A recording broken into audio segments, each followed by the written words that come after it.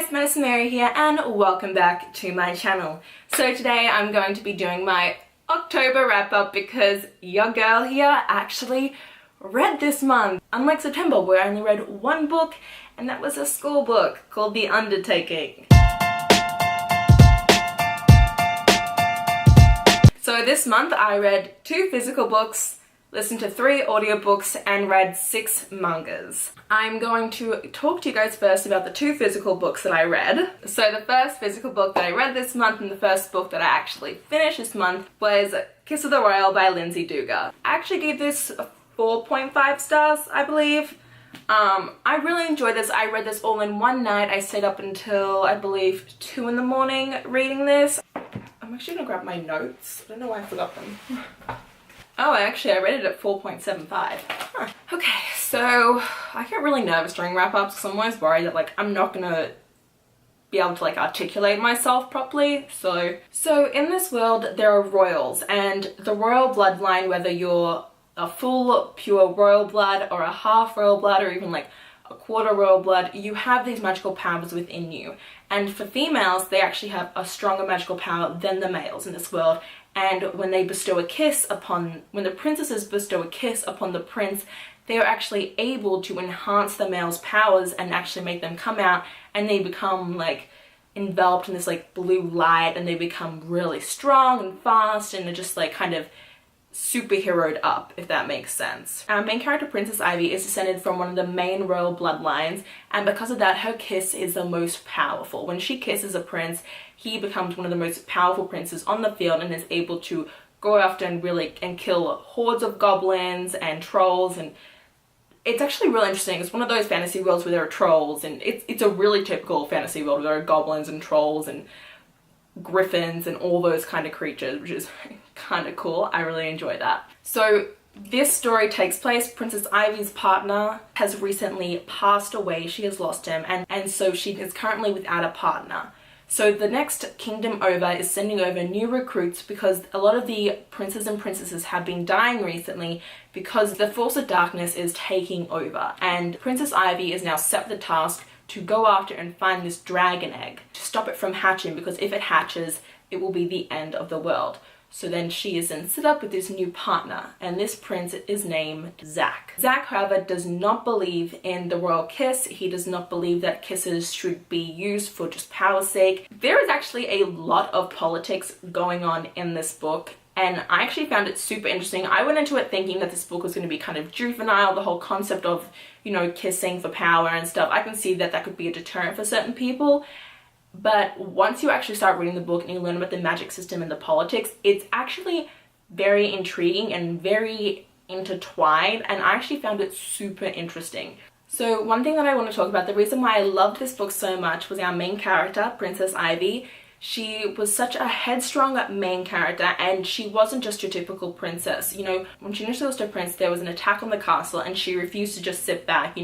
She took charge, she went out there, she tried to fight on her own with her own powers, and it was just really awesome. However, she's also very deeply traumatized because she has lost so many princes in the past. Her mother, who is this royal queen, is very cruel to her. She looks down on Ivy. She thinks Ivy is weak because she's losing all these princes, and that she's a kind of a failure to the family, and that whole family dynamic is a very interesting part of it, because in this world, once a princess comes to a certain age and she's kind of no longer useful, she gets sent to this other part of the kingdom where she basically is just breeding, and she is used just to breed more powerful royals, which is what her mother and her older sister are currently doing. And Ivy is not into that. She does not want to be sent off to breed. She just really wants to live her own life. She wants to be strong. She believes that she can go out there and make a change, and that was a really cool part of it. I can see that some people kind of look at it and be like, oh my god, breeding, that's kind of anti-feminist, but the way that Ivy kind of takes on it kind of diminishes that whole kind of thought process, and I honestly just found it to be an interesting part of it because I find that this is kind of fairy tale-ish in that sense. There is a massive plot twist within this that I did not see coming. The twist in this book, oh my god, it was so awesome, and it just really took this book to a whole nother new level, and it was so rich. I would reread this book again and still fall in love with that same twist that happens in the plot line because it was just so cool. And really, I didn't see it coming. And it's not like, oh, it happened and I was like, oh my god, like what? It was more like it happened and you were just like, what? Oh my god, that's awesome. Like it added such depth and dimension to the story that kind of without it maybe would have made this like a 4-star, which is actually quite a significant decrease from 4.75. So just saying. One of the things that doesn't make this a 5-star book is that the writing can be juvenile at some times. One of the characters uses awesome at some stage and it was just really just randomly plugged in there and I was just kind of like, okay. And there were times where Zach was just really annoying, but he fixes himself and it's fine. And I think one of the best things about this book is that there is an epilogue, and the epilogue ties everything up so beautifully. Like this book leaves you satisfied and you just finish the epilogue and everything just is great. It just wraps up perfectly. So 4.75 stars. The next book that I read, I finished it just a few days ago too, and that is Mirage by Samaya Dudd. This is the Fairy Loot exclusive edition. It's got pepper sprayed edges and it's got a silver cover, so it's cool. So the premise of this book is that there's this girl, her name is Amani, and on a night of celebration, the Vathet come into her town and take her away and kidnap her. She's then forced to play as a body double for the crown princess, because the crown princess, Maram, is hated by everyone. This is more of like a sci-fi fantasy, if that makes sense. Of course it makes sense, people know what those are. But they were like, the Vathek Empire has like droids and it's very like technological and cruel in that kind of a sense. I actually enjoyed this a lot more than I thought I would. I would give it, I think I'm gonna give it like a 4 stars. I hadn't even thought about what I was gonna rate this, but I'm gonna give this 4 stars. Mainly just because it took a while to get into it. It was very interesting and I loved the whole political aspect of this book. It goes so in depth with the politics. There are just so many small things that happen in this book that if you take a longer time to read it, you kind of grasp onto all the concepts more, and I feel like you begin to really love it more.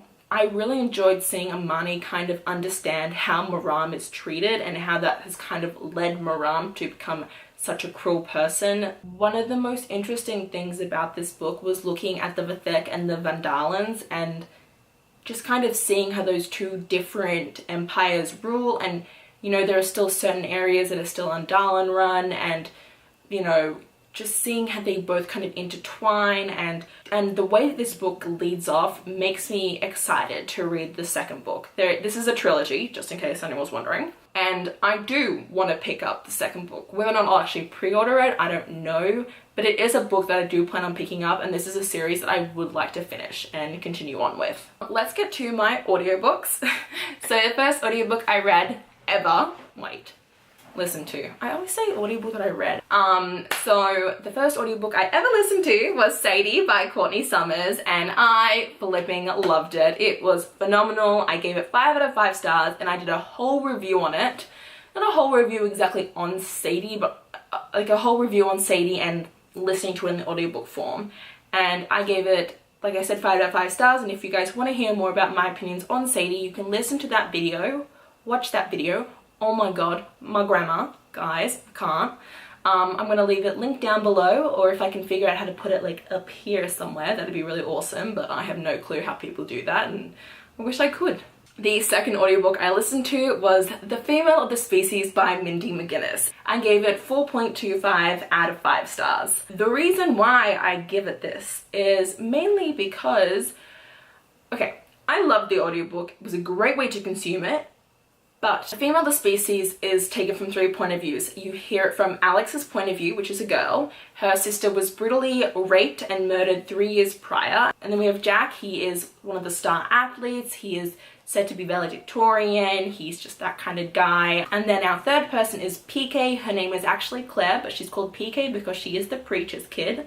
You actually don't find out her name until like halfway through the book anyway. The reason why I gave 4.25 stars instead of maybe 4.5 or 5 stars even, I could have possibly even given it 5 stars, when it was Jack's narration and he would kind of, like when it was Jack's narration and a female would be speaking to him, the male narrator would try and do the female's voice, and it was awful. It was the worst narration I have ever heard. Like, I cringed whenever it was Jack's chapter because I did not want to have to hear him do a female voice.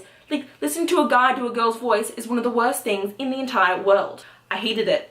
I hated it so much. It was just so bad. But this book is, this is a book that we needed in this world.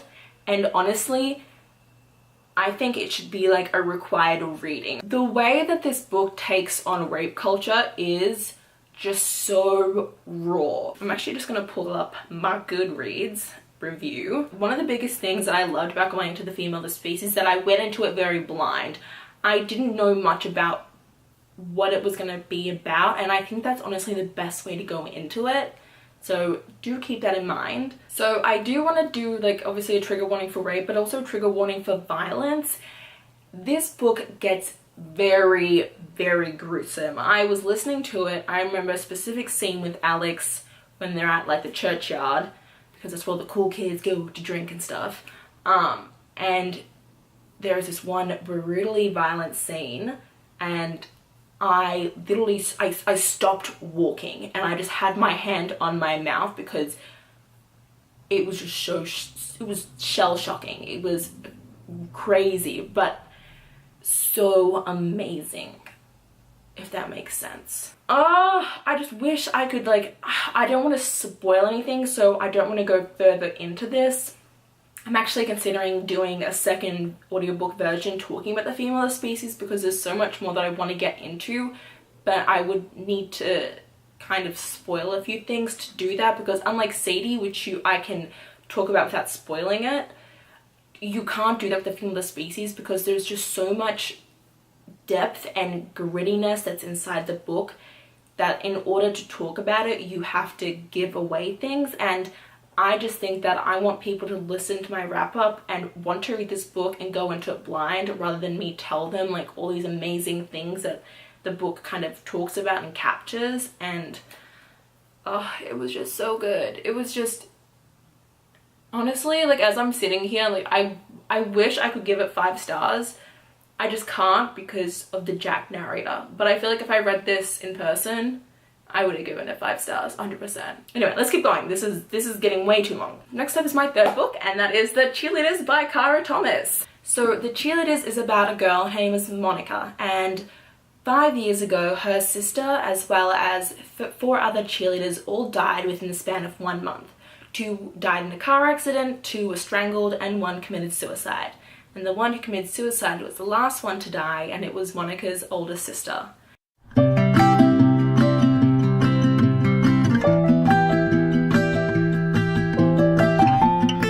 However, this little last bit's gonna be super quick because they're just mangas and they're only 2 different series, so really simple to get through.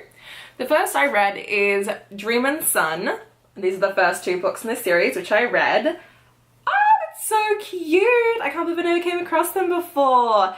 So I found this because I read Ashley Outpaged raves about the ɪᴛᴛᴛᴇʀ series, and I was like, okay, like I'ma give it a shot. So it's about a girl and her dad just got remarried, and the mom just had a child, and she kind of feels like she's left out, so she runs away from home. And in the process of running from home, she meets these 3 guys, and then she ends up living with them. If you read mangas, you know that's kind of like a typical trope that kind of happens in mangas, and it's one that I am always here for.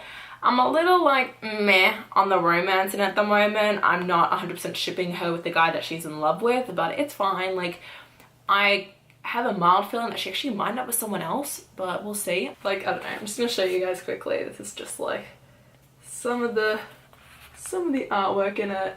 It's just super cute. So just want to say, I'm not gonna rate, I don't rate mangas. I'm just gonna say that right now. Unless it's something that I really don't like, I'll say that. But normally when I purchase mangas in a physical form, they're ones that I know I'm going to enjoy.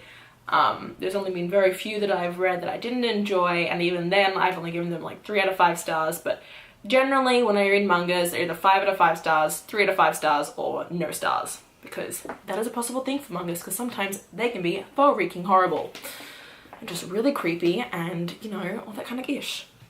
Next books that I read were these 4, and this is Waiting for Spring. It is by ɪᴛᴛᴛᴇʀ.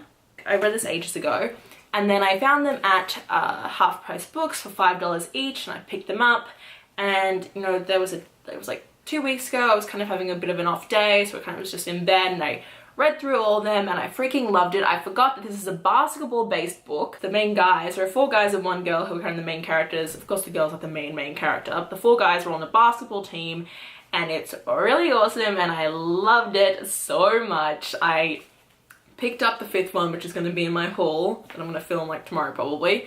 I'm so glad to get back into this. I thought it was so adorable. It's about a girl.